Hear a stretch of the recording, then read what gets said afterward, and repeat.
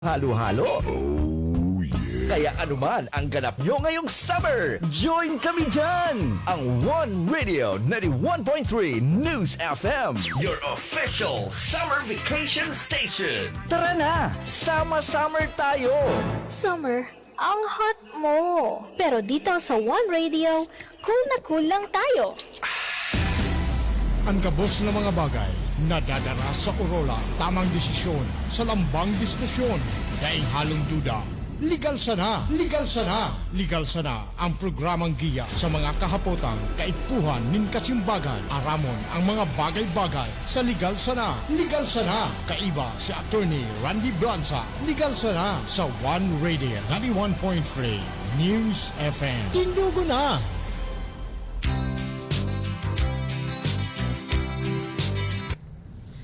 Hindi ko na naman po kami ngunyan mga tugang na Sabado para po digdi sa programa tang nagtatao kidagdag na kaaraman sa usapang legal. So ini po ang programang Legal Sana. Ako po si Attorney Randy Blanza. Ako man po si Attorney Joyce Amara Busotros. So ini po ang so ngunyan na Sabado, hitik na naman ang satuyang discussion Attorney Joyce sa topic ta. Medyo exciting ini. Yes, dakol ang makaka-relate na naman sa paghuhurunan ta ngunya na aldaw. Oo. Ano nga na ito? Okay, so for today po, paghuhurunan ta all about illegitimate So children. mga aki sa luwas. Yes. So whether we like it or not, ani niyaon talaga ini. It exists and it will continue to exist. Yes. Ni mahali. So ang tadigdi is discuss naman kasi gabus na tao may karapatan. Gabus na tao may karapatan na mabuhay ki the best possible life that he deserves. Yes. So pero bago kita magpuon. Mapasalamat kita kay Sir Jing Montealegre. Kay Sir Romy Volante, si Ma'am Osang Bores, as in syempre si Sir Luz Bornasal na kapareho ko Lakers fans. Sa aga sir, game 1. Hiling ko daog. Pero di ako mapusta. Okay. So, mapuna po kita mga tugang sa sa pagdidiscuss kaning about illegitimate children sa mga aki sa luwas. So, Attorney Joyce, ano tabi ining sisay na ining tig-apod ng mga illegitimate children? Ang illegitimate children, dinefine ini kang family code ta na tigsasabi, ini sa mga aking inaki sa luwas kang valid marriage. Sumaday kinasal. Yes. Or kung kasal man, invalido so kasal. May iba-ibang klaseng, not different class, pero different circumstances na makukonsider tang aki considered as illegitimate children. Okay. Saro po kaini, of course, so mga inaki na daiman kasal su magurang. Ini so mga tig-apod tang nag-live-in. Yes. So, ang apod po kayan sa common law husband and wife. So, ini mga nag-live-in. Pag nag-aki sinda, ang apod sa aki ninda, illegitimate children. Sisay pa Attorney Joyce. Sunod po, ini sa mga aki na inaki, ang magurang 18 years old Below. and below pa lang. So, Dahil pa nag-18 so ina or so ama. yes. So, kung ang magurang 18 years old and below, ang aki inindakan, illegitimate children. For the reason na dai pa man sinda pwede magpakasal. Yes. And, pangatulo, so mga aking pinangaki sa void marriages. Okay? Unless, ining mga ikinasal under void marriages, nagtutubod sinda na valid sa marriage ninda. Kung they believe in good faith na valid ang marriage ninda, then the children can be considered as legitimate. Ang apod kay ni sa layman's term, ini sa mga tig-apod na fraud marriages. So, kinasal na may pangluloko. Yes. Halimbawa ngaya, suduang sumag-agom, so party. Aram ninda na ang nagkasal sa inda, bako man talaga tunay na padi. That's correct. Or ang nagkasal sa inda, wala man talagang authority to solemnize marriage. Kumbaga, gibo-gibo lang. Kumbaga, prank. Yeah. Aram nindang duwa. So, that is a void marriage from the very beginning because both parties araman ninda na dahil man talaga itong authority to solemnize marriage. Pero Attorney Joyce, ibang hururon kung halimbawa ngaya so babae sa lalaki nagpakasal sinda sa sarong huwes or sa sarong solemnizing officer. Bilog sa pagtubod ninda may authority ito. Ito palanda eh. Yes. So, ang mangyayari kayan, bako yan sala kang sa pagtubod kang duwa, valid so kasal ninda, their children will be considered legitimate. That's correct po. So, sisay patabi, Attorney Joyce, ini mga illegitimate. Yes. Ini pong mga aki na born of incestuous marriage according to Article 37 of the Family Code. Incestuous marriage means ang mag-agum digde either mag-relatives, descendants and ascendants, ama, budaaki, mga arog yan po. Ini pong pinagbabawal ini sa family code na mag-agom, halimbawa mag-ina nagpakasal. Okay, ang magpinsan, bawal po yan magpakasal. Kasi that is considered incestuous marriage. Sunod po, mga aking pinangaki out of bigamous marriage. So, ano bang bigamous marriage, attorney? Ining kasal baga kasal so lalaki. Kasal siya, nagpakasal pa sa ikadua. So, kasal niya sa ikadua, invalid ito. Yes. Bigamous marriage. So, akin niya sa primerong kasal, ini ang legitimate. So, akin niya sa ikaduwang kasal, sabihin kasal yon pero ang apod kan, bigamous marriage. Actually, pwede kan makason ki bigamy. It's a criminal offense. Criminal offense, contracting for the second time marriage when in fact, dahil pa manaanal so dati. Yes. So, aki duman sa ikaduwang pamilya, ang apod ka iyan, illegitimate child, legitimate children. Okay. Sa masunod po, children born of adulterous relations between parents. Yung mga anak ng kabit. So, sabi kang sabi sa layman sir ini, so mga aki kinini, ang aki kinunod. Sa mga ini ang pangangaliwa, aki ngaya sa luwas. Ini ang commonly misunderstood na illegitimate children. Yes. And sunod po, duman naman po sa mga aki na pinangaki out of void marriages for reason of public policy under Article 38. Halawig po ining mga iba-ibang klaseng void marriages. Basta po nag-contrary to public policy. Yes. Ang kayan kang batas invalid ang marriage. Yes. So therefore, it is any children that is born out of invalid marriage is considered illegitimate children. Like for example, nag-adapt ka ki-aki. So aking inadapt mo, inagong mo. Bawal 'yun. Kaya kumbaga pinadakula mo na tapos pagabot kang oras, iyuman sa nang aagumon mo. Tapos inakian pa. That's an illegitimate children. child. Bawal pakasalan ang inampon. Yes. Okay. So, iyo po ito sa mga iba-ibang klaseng mga aki na considered as illegitimate children. So, ngunyan, ang pinakapot kay ni Attorney Joyce, pag mga illegitimate, ako nga sir, illegitimate ako, ano nga ang mga karapatan ko, especially sa inheritance, sa mana, sisay nga dapat ang may custody kang aki, so right to support and so discrimination. Sumapon kita, Attorney Joyce, sa inheritance. Anong tigsasabi kang batas tungkol ligdi sa inheritance? Okay. According po sa law on succession, ang illegitimate children, ang right ninda, kabanga lang kang karapatan kang sarong legitimate na children. So, kung halimbawa may property ng 10 million, ang kabangakan, 500,000 sa legitimate, ang kabangakan 500, ilang itong illegitimate. At saka medyo dihado po si illegitimate children kasi bago makuha yung share niya, dapat ma-dispose mo na yung share ng legal spouse at saka ng legitimate children. So after that, saka lang siya bibigyan. Kung halimbawa dakol na aki sa luwas, actually unfair ini, ang batas does not favor illegitimacy. Kasi po sa batas mama na lang ang illegitimate children kapag nasatisfy na sa mga share kang legitimate na aki, tapos surviving spouse. Yes. Kumbaga, ang mapapaduman sa illegitimate children sa mga tada-tada. That's the harsh reality of life. That's the harsh reality of law because still, the law that exists sa ngunyan do not favor illegitimacy. Another problem din po ng isang illegitimate children is hindi sila pwede magmana sa legitimate children ng parent niya. So, So, mga di siya pwedeng maging tagapagmana kang mga tugang niya sa luwas. Yes. Mga half brother and sister. Sa panig di Attorney Joyce, di siya pwede magmana sa iyang mga grandparents. Yes. Kasi ang grandparents ang may right lang kaan sa mga legitimate children. Ining mga illegitimate po, ang pwede nilang pagmanahan so direct niyang magurang. So ina niya, so ama niya, hanggang duman lang siya magmamana. Pero sa mga parientes kang ina niya, parientes kang ama niya, dai siyang karapatan diyan magmana because the law provides na ang inheritance should only be for the legitimate family.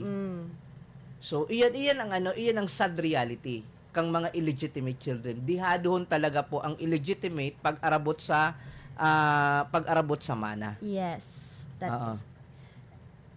So, nya baga digdi sa may Supreme Court case na nagadanso lolo niya.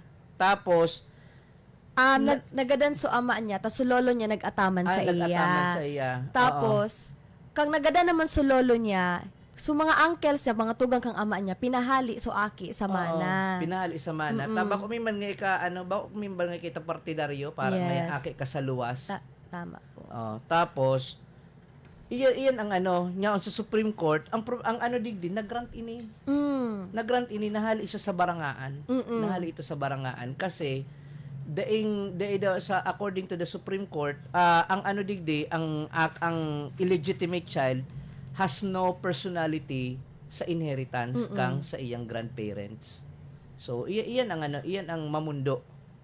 Unless though kung magwalat na last will and testament. Kung ilag mismo sa last will and testament na sa iya tigpapamana, iyan may right siya over that particular inheritance. Si tabi Attorney Joyce ang dapat magkaigo ki custody sa aki sa illegitimate child. Okay. Ang custody po kang aki sa illegitimate child, usually dakulang problema po talaga inita. Naiipit minsan ng aki. Kung so ama may sadiri naman pamilya. So ina may sadiri man.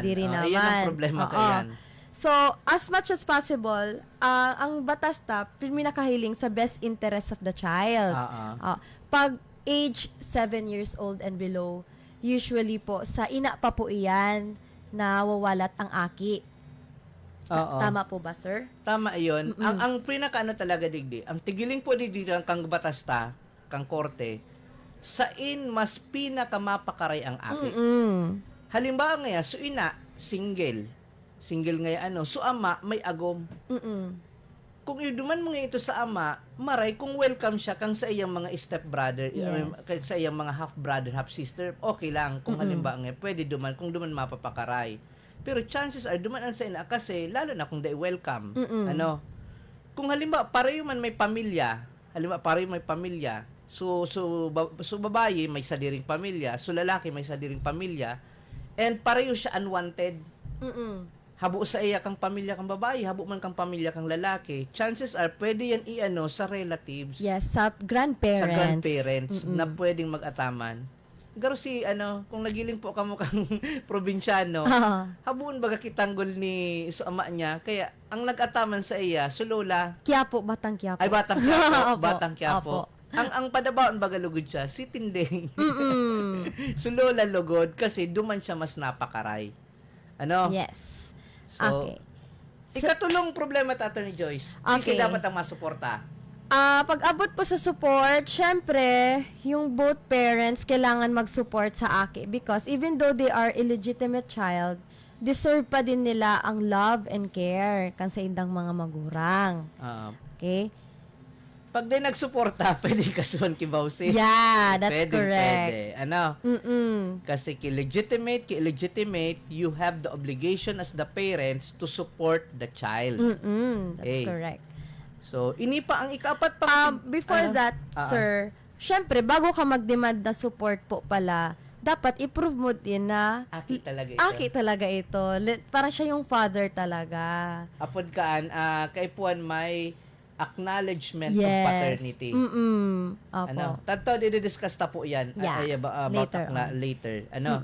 Sarap pang tigpo problema kang mga ano baga, so common problem kang mga illegitimate, ining discrimination. Yes. Ano, na minsan may mga judgmental paman talaga sa tuya na porket illegitimate, talagang tigano. So, actually, pare-pare lang naman kita tao. Ano, so, whether we are legitimate or illegitimate or whatsoever, we are all, sabi nga, pare-pareho kita sa paningin kang Diyos. Yes. So, one of the reason bakit grabe yung discrimination because dominated kasi ng Catholic religion ang Philippines. And because of this discrimination, naapektuhan din minsan ang self-esteem kang sarong illegitimate child. Nagaro, so garo gaya, feeling kang, if you are a legitimate child, garo feeling mo, mas hababa ang anong katayuan mo sa society. Okay. Kaya po, igwa po kitang mga batas din na nagpo-protect kang mga illegitimate children. Ano tabi yan, Attorney Joyce, ng mga batas na yan? So, inot po, igwa kitang civil code way back before. Nangunyan, family code na po, antig susunod ta. Kung saan naka-outline gabos na rights kang sarong illegitimate children. Illegitimate child. And furthermore, maigwa naman kitang RA 9255, also known as the Revilla Law, kung saan tigtutugutan ang sarong illegitimate child gumamit kang apelyido kan sa iyang ama. Provided na suaki, inaki kang March 19, 2004 and onwards.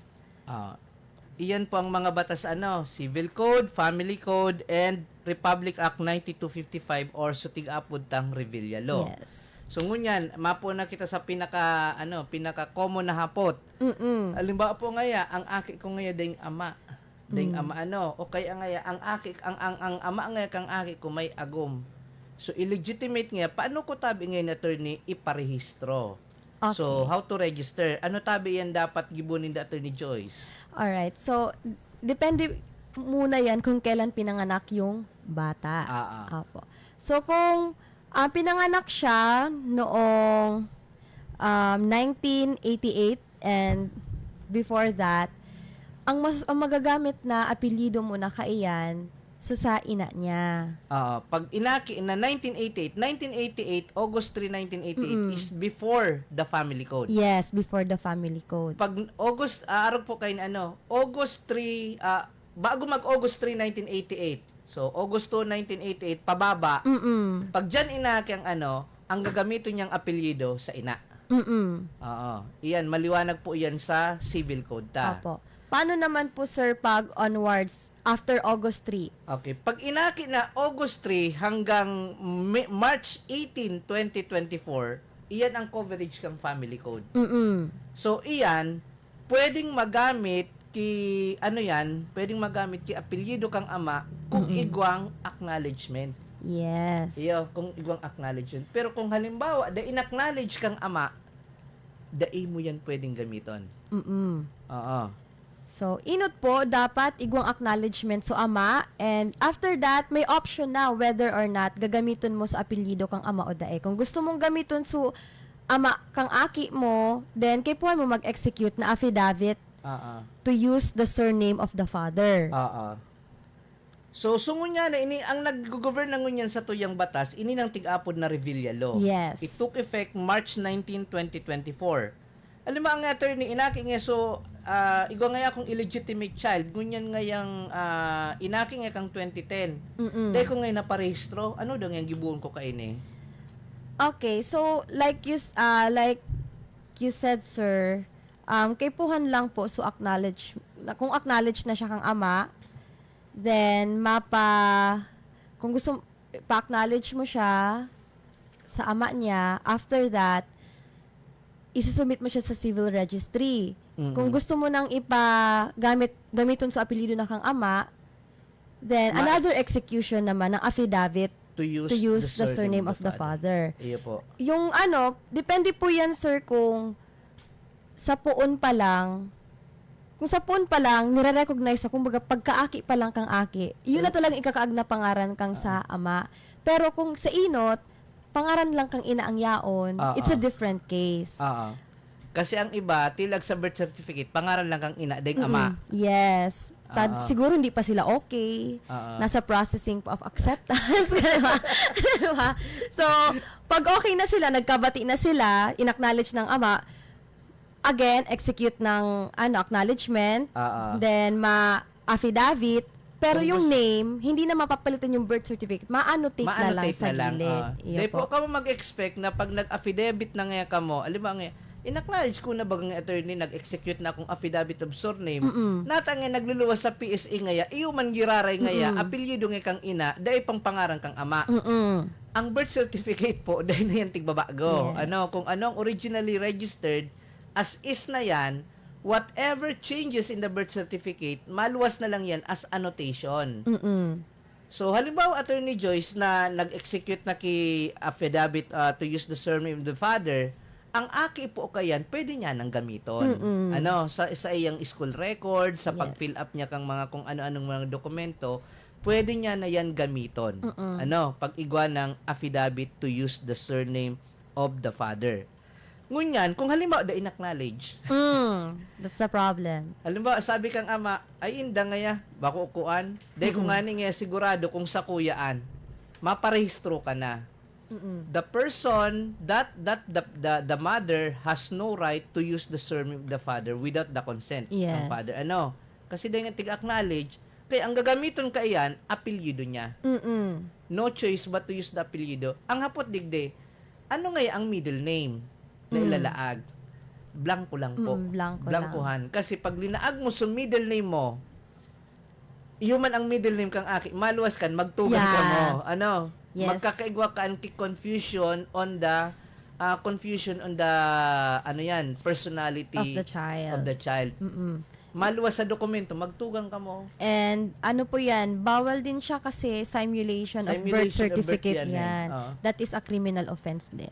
Depo ka mo kan blancohan lang nindo ang middle name.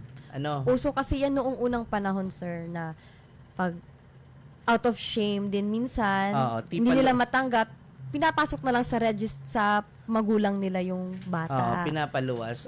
Dako na pong kaso kayan, nag-iriwal dahil pag abot kang inheritance, karanya-kanya na yan ki harabulan. Yes. So, halimbawa nga Attorney Joyce, so child baga, pinaregister ngaya sa pangaran kang ina. Kasi siguro ngaya kang nag-akiin binayaan kang ama, okay, they acknowledge. Later on, na love is sweeter the second time around. Nagkabalikan, So, ngunyan, gusto in-acknowledge na kang father, tapos gusto na kang ama na gamito na sa iyang surname. Ano ang dapat gibuhon ninda? Iyon na ito, same lang naman po, sir. Magibong acknowledgement, ma-attach na affidavit to use the surname, and kailangan nyo po yan isubmit sa registered di. Yes po. Iyo po yan, duwang dokumento po ini por permi, affidavit of acknowledgement, tig-acknowledge na aki mo. Opo. Affidavit to use the surname of the father para magkaigwa ki right so aki na gamiton ang apelyido kang ama. Without the affidavit to use the surname of the father, maski acknowledge, ang gagamiton niya man giraray, apelyido kang ina. Opo. Paano nga tabi, attorney, kung halimbawa ngaya, inaki sa abroad. Yeah. Okay. So, for those child na inaki po abroad, may different requirements po kita. Okay? So, inot po, dapat may report of birth na nakaregister sa Philippine Embassy or sa Consulate General. Kung saan man na country siya, let's say sa USA, sa Philippine Embassy kang na nasa USA din. So, ma-report of birth ka dyan. And dapat yung report of birth, 4 copies na isusubmit nyo doon sa embassy. Then, if the child is also acknowledged by the father, yung acknowledgement na yun, isusubmit nyo din po sa embassy. Tapos, same din, kung gusto nyo nang gamitin ng bata yung pangalan ng papa niya, kailangan pa rin ng affidavit to use the surname of the father. Halos actually po, same process man lang except that, masubmit ka sa embassy or sa consul. Kasi walang civil registrar Walang civil doon. registrar sa ibang bansa. ini Attorney Joy, suni nga ano, alimba nga sumag-agom, pareho din nagkaaki ano, tapos may pinaataman sa indang aki sumanungod. Sabi ninda, iparehistro ta na sa nangining aki ita. Okay. Ano, pwede daw yan? Alright, so encounter na ako kaiyan na na problem. Actually, hindi po yan pwede because kagaya ng sinabi ko kanina, that is called a simulation of birth contract. Tiga-simulate mo din a birth certificate. Simulate mo yung mga informations about sa child na in effect, this is considered as a criminal offense under Article 347 of the Revised Penal Code. So, sabi kang Revised Penal Code, ang pagpalit daw kang mga entry sa registry is sa birth certificate is considered as a criminal offense. Kung gusto po nindo, halimbawa, manungod nindo, gusto nindong maging aki, ang tamang proseso po kayan, adoption. Yes, that is correct. Ano, may tamang proseso man kayan. Dahil na mag-shortcut kasi pag abot kang oras, lalo na kung halimbawa ang mag-agom, later on nagkaaki, naaraman kang tunay, kang legitimate na aki, na ini pala na matuan nindang tugang or iba nindang tugang, sabi nga kang minikos-mekos so birth certificate, Yeah. that is a cause for a problem later on, lalo na kapag magbabarangaan na yung mga property. Kasi maluwas, legitimate child ito, entitled man ito sa inheritance. May kabanga lugod ka mo. Oo. Dagdag. Kaya iyan ang risk sa mga araw kayo practice which we know is very common. Na dahil lang siguro na appreciate, dahil pa lang na pero dakol nakita ka ining mga cases na very encounter. Oo. So, uning Attorney Joyce, so may duwa digding scenario para sa pagpalit kang pang-aang apelyido. Yes. Ang inot, ang ginamit kang illegitimate child, so surname kang mother. Ngunyan, gusto niya nang so surname kang father. Ngunyan, paano niya kasi bago-baga na-discuss na ma-execute lang kay affidavit of acknowledgement or tapos affidavit to use the surname of the father. Halimbawa nga so aki 18 anyos naman. So pwede niya pa daw magamit. Ang huyan na affidavit. Yes, kung 18 years old and above na soake, pwede pa rin mag-affidavit of use of the father's surname for himself na hindi na kailangan yung attestation ng nanay niya. Dahil na siya magparam sa ina. Hindi na siya magpapaalam. Pag below 18, ang magibok ang affidavit to use the surname of the father, so ina. Pero pag 18 and above na, natural, igwa ka ng consent, ikan ang ma-decision sa buhay mo, and you want the surname of the father na yun ang gamiton mo, total, acknowledge ka naman, then you can already do it. Yes. So once naka-prepare ka na kining affidavit to use the surname of the father at 18 years old ka na, isusubmit mo na to sa civil registrar. And yung civil registrar naman, hindi naman daw niya, like we said kanina, hindi na papalitan yung entry but mag-annotate na lang sa gilid ng ang acknowledgement or ng affidavit. Pag na-annotate na yan, pwede mo nang gamitin yung apelyido ng tatay mo. Okay. So, iyan po Paano naman ining kang inake, inacknowledge kang ama. Nag-affidavit to use the surname of the father, di magayon so inot ninda ang tigagamit kang aki is apelyido kang ama. Inacknowledge, may tapos later on, siguro nag-iwal or kung may for whatever reason sabi kang ina maray pa ngayang dahil ko na pinangaran sa imo mas naparaot lugod gusto niya nang halion so apelyido kang ama and instead gamiton niya na lang so apelyido niya. Pwede daw tabi yan, Attorney Joyce. Alright, so it is up to the court to decide pag ganito ng sitwasyon. So kung gusto nyong ibalik sa pangalan ng mother yung pangalan ng anak, kailangan na mag-file ng petition sa Regional Trial Court na nagre-request na i-cancel yung certificate of live birth ng bata. And if the court grants the petition, yung civil registrar naman, i-order na siya ng court na i-cancel yung certificate of live birth na nakasurat so last name kang ama. Para magamit na. So, with this time, ang gagamitin na, so surname na lang kang ina. Yes. So, pero it's a very difficult case. Kasi going back sa sinabi mo, sir, kailangan natin titingnan palagi yung best interest ng bata. Ng aki, oo. Kano arin, ang pinaka, ano po, digdi, ang pinaka, sabihin, tigiling kang korte, kung halimbawa nga, dai na gamiton kang aki ang apelyido kang ama, but rather, so apelyido lang kang ina, ini ba ang pinakamaray para sa aki? Actually, may mga instances, halimbawa, ang naisip ko lang kan, halimbawa nga, so ama, na-involve ngayon sa sarong scandal or kung ano pa man, na every time ma-associate ito sa aki, pati so aki, natotrauma. Kaya, maray pa, hindi sa associate lugod, total, illegitimate man sana. Kaya gamito na lang sa surname kang ina na nganing mahali is traumatic experience niya to being associated to his or her father. Ano? So, uning sa mga kahaputan tabi at Attorney Jace, ano? Okay. I am an illegitimate child born in 1990. Inaki da siya kang 1990. So, ano pa ini? Civil code, ay family code. Tigagamit nga na da, so last name, sa iyang certificate of live birth, tigagamit niya, so apelyido kang ina. Ngunyan, gusto niya daw gamiton, so ama, so apelyido kang ama, dahil inacknowledge naman siya. So, ano tabi ang simbag ta dyan, Attorney Joyce? Okay, so ang hapot, pwede bang gamiton ang pangaran kang ama? Apelyido. Apelyido kang ama. So, na po pwede kasi hilingon ta so date of birth niya. Kung kasorin siya. Kasorin siya inaki. Since inaki siya 1990 before the effectivity of the Revilla Law, ang magagamit ng tagding batas is yung family code. And according sa family code, the illegitimate child shall use the surname of the mother only. Okay. Mother lang, ano? Oo. Hindi natin siya mapipilit ng yung father. Kasi yung Revilla Law, 2004 onwards lang yan. Hindi siya pwedeng ibalik. Prospective application lang pwedeng Revilla Law. Ang nag-file ka ni Senator Revilla. Yeah, kasi madami. Madami kasi siyang anak sa labas. Nga ngayon, matawanan man ki additional privilege sa mga sa luwas na magamit ang apelyido kang ama.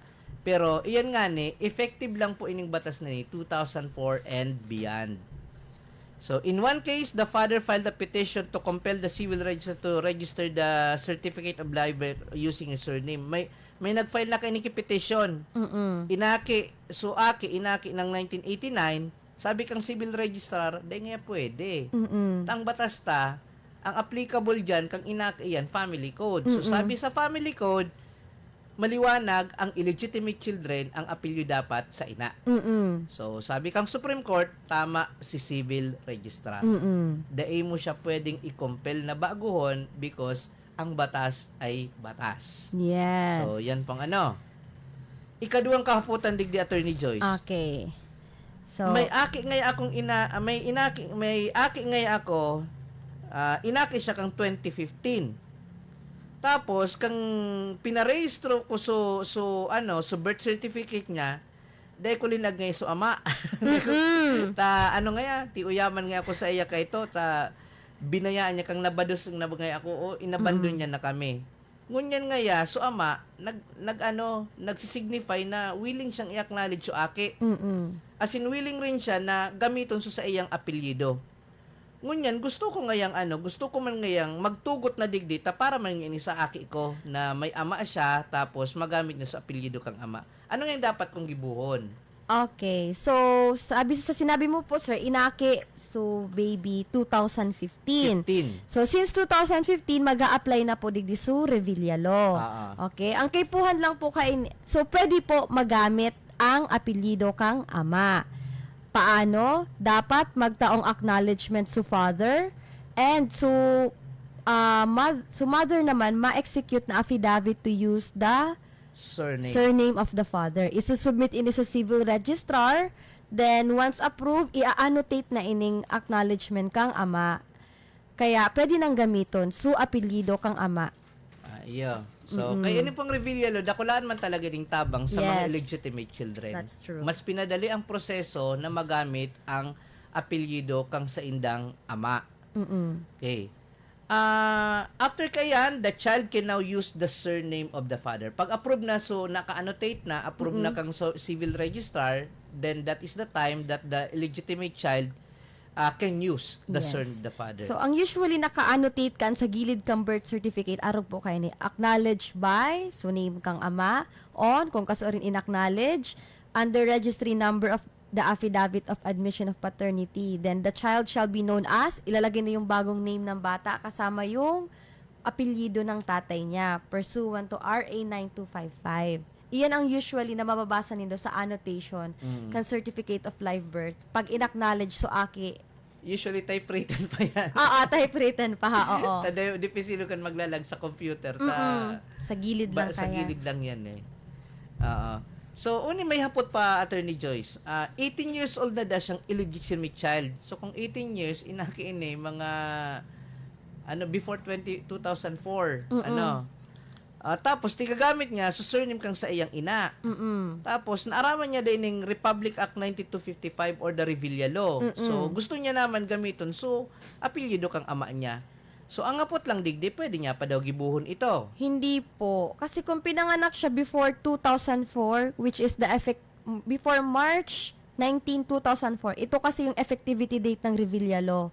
Kung before siya inakididi, pwedeng i-apply sa iya ang Revilla Law. Ang ma-govern sa iya is yung family code. Okay? So, na po, malilipat sa pangaran ni Papa niya, yung pangaran niya. Naroon daw ka lamang si Sir Bueno. Doon ako nalungkot. Malungkot na katotohanan yun na bako retroactive ang application kay ning Revilla Law.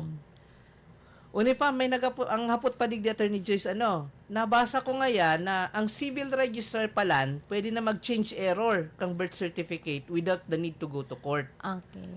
So kung baga sa mga pwede daw ngayon kung magdumana lang sa civil registrar, municipal civil registrar, as in, i-request ko ngayon na so last name kang ake ko, ipapalitan na lang kang last name kang ama. Dahil man nga kami kasal, pero tig-acknowledge siya man na aki niya ito. Okay. Maduma na lang kami nga sa civil registrar. So, na-discuss na ni baga, sir. So, clerical errors kang mga sa birth certificate. Nagka-erinot. Opo. So, bali po, ang pag-change po kang last name, hindi pasok yan sa, sa RA 9048 or yung law na nag-aalaw na mag-correct na lang sa civil registrar ng typographical errors. Kung magpapalit ka po ng pangalan ay ng apelyido ng anak mo at yung apelyidong yun, apelyido ng tatay niya na in-acknowledge naman ng tatay, hindi po pwede yun basta-basta. Kailangan kayo mag-undergo ng trial. So, kaso na po to, waiting to happen. Hindi siya pwede sa civil registrar lang kasi may maapektuhan na pong rights dito. Yung rights ng tatay, yung rights ng bata. So, mga tuga. At saka, hindi din pasok talaga ang change of last name sa correction of clerical errors ng birth certificate. Pag sinabing clerical errors, so ay ngayon naging A. Na, alimbawa ang pangaran Jennifer na double so N, single N palan. O kaya ngayon na baliktad. Tsaka may similarities pa yung names. Mga lang talaga. Halimbawa ngayon Maria nalagsa na MA period. Yes. So, ito pala dapat i-spell out. Ini yung mga clerical errors. That's correct po. Pero kung ang ipapabago po, nationality, age, that's correct. status, or gender, bako po yan typographical. Apo. Ang apod kay ni material error, ang kay po na kay ni is decision, kumbaga order from the court, directing the civil registrar to make the proper correction. So, yun na may isaro pa digdi, may hapot pa sa illegitimate child. The illegitimate child has been using the mother's surname because the father was absent or didn't acknowledge the child upon birth. So, tigagamit niya so apelyido kang ina dahil so ama, wara kang inaki siya or they tig-acknowledge. Ngunyan, so ina, di syempre sa iyang nagpakasal ngunyan so ina sa bagong sa iyang kumbaga sa iyang bagong napupusuan nagkaigwa kay bagong love life. As in, so naagom niya, tanggap man so sa iyang aki. So inibaga sa mga mga solo parent, mga solo ano nga yan na okay nga may aki sa pagkadaraga. Willing man so nakaagom sa iya, tanggap man ito bilang aki. So ngunyan, pwede daw nga yan na si illegitimate child ang gamito na so apelyido kang naagom niya. Okay, so kung nag-agum po so ina, giraray, di man pwedeng gamiton kang illegitimate child agad-agad yung apelyido ng stepfather niya. Kay puhan mo nang mag-undergo ning adoption process. So father, i-adapt so aki kang sa iyang agum. Oo. Maagi man po giray kita sa adoption. Ano, bako porket nga tanggap na total nga so babayi may aki nga kang pagkadaraga. Dai man na ano, kumbaga dai man na so impediment to marry. Pag pinakasalan yan, tanggap man nga, dahil man na problema, bako man po yan automatic. Ano, bako yan automatic na magiging na yan na ang apelyido ka yan na aki, automatic dumana sa maagom. Because it needs again a court process to do that for the digdi sa aki na magamit niya legally ang surname kang sa iyang stepfather. So once granted na yung adoption, then pwede nang magpalit na pangalan yung bata. Pag adoption na, ang adoption po, ang effect ng adoption, legally adopted, as if legitimate po yan. Ano? Kung anong karapatan kang legitimate child, iuman yan ang karapatan kang legally adopted child. So, uni pa, may kahaputan pa digdi, ano? Okay. The illegitimate child was acknowledged by the father. So, acknowledged naman siya. And has been using his last name. So, ginagamit na talaga. So, aki, tigagamit nga na talagang apelyido kang sa iyang ama. Kaya lang, so sa iyang magurang, dahil kumbaga, abang naghaloy, so ano, nagisindang ano, dahil nag-work out sa idang relationship, hanggang ngunyan, so mother, nauyam na duman sa lalaki, gusto niyang ibalik ang sa iyang surname. Ano? Kaya lang nga, so aki, inaki na after March 19, 2024. So, pwede pada tabi Attorney Joyce na ibalik baguan so surname kang so apelyido kang sa iyang illegitimate child. Okay, so pwede pa man pong baguhon ang surname kang illegitimate child pabalik sa pangaran kang apelyido kang ina niya, provided na warang prior na authority to use the surname of the father na na-execute so ina. Otherwise, kailangan na mag-file ng petition sa court for change of surname. And ang court, based on the Supreme Court decision, tiga-alaw man nga ni kaini ang aki magpili kung anong apelyido ang gagamiton niya. Pag mga inaki na pong 2004 and above, ang aki kan tigpapapili na anong yung gusto mo nini na nunoy na apelyido ngayon, kay mama mo o kay papa mo. Yes. Ano, kasi ang tig-ano man lang purpose dyan, best interest of child. Yes, that's correct. Oo.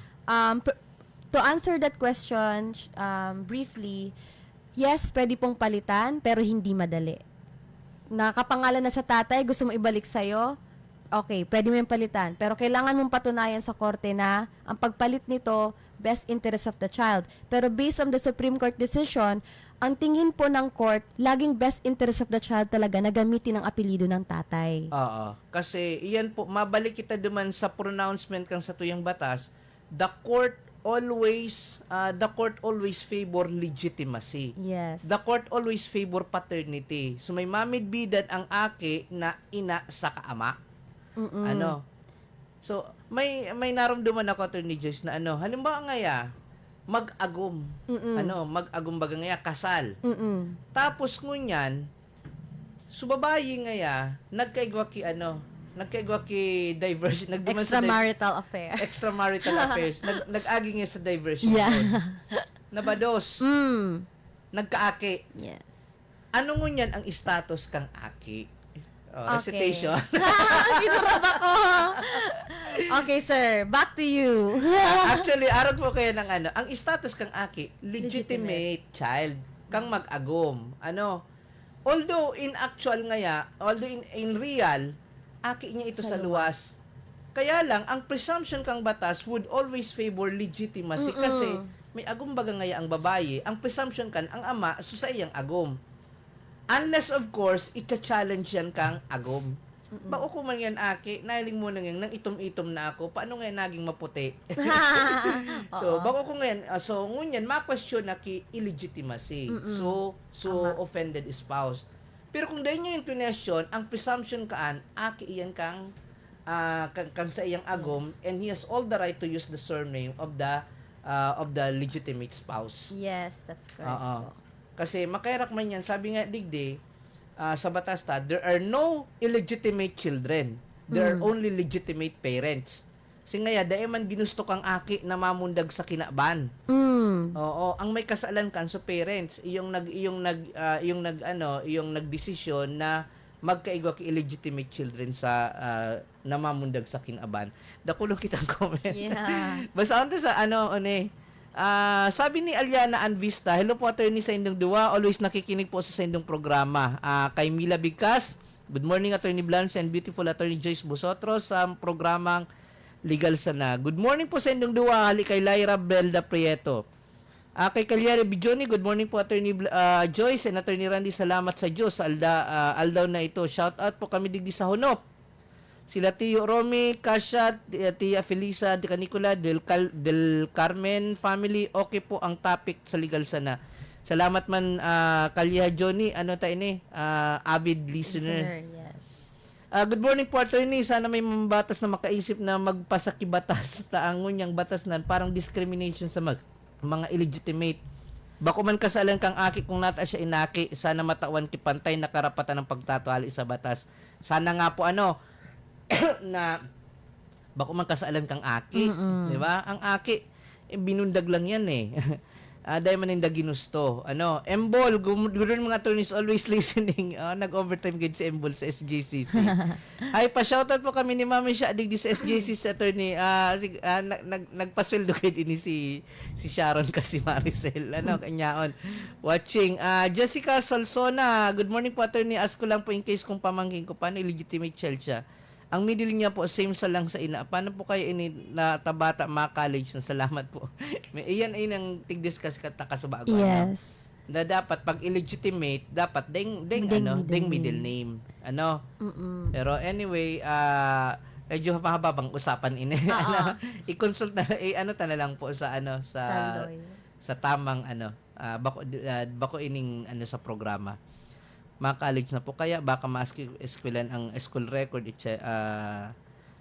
alimang kay Edna Bunaobra, good morning po attorney, hapot lang po tayo, pwede tabing ang apelyido kang ama niya, tanagadana so ama niya ay dai na po pag nagadanang ama dai nang may ma-recognize. Yeah, wala na mag-acknowledge. Halimbawa ngayon nagadan nga so ama bago inaki so illegitimate child.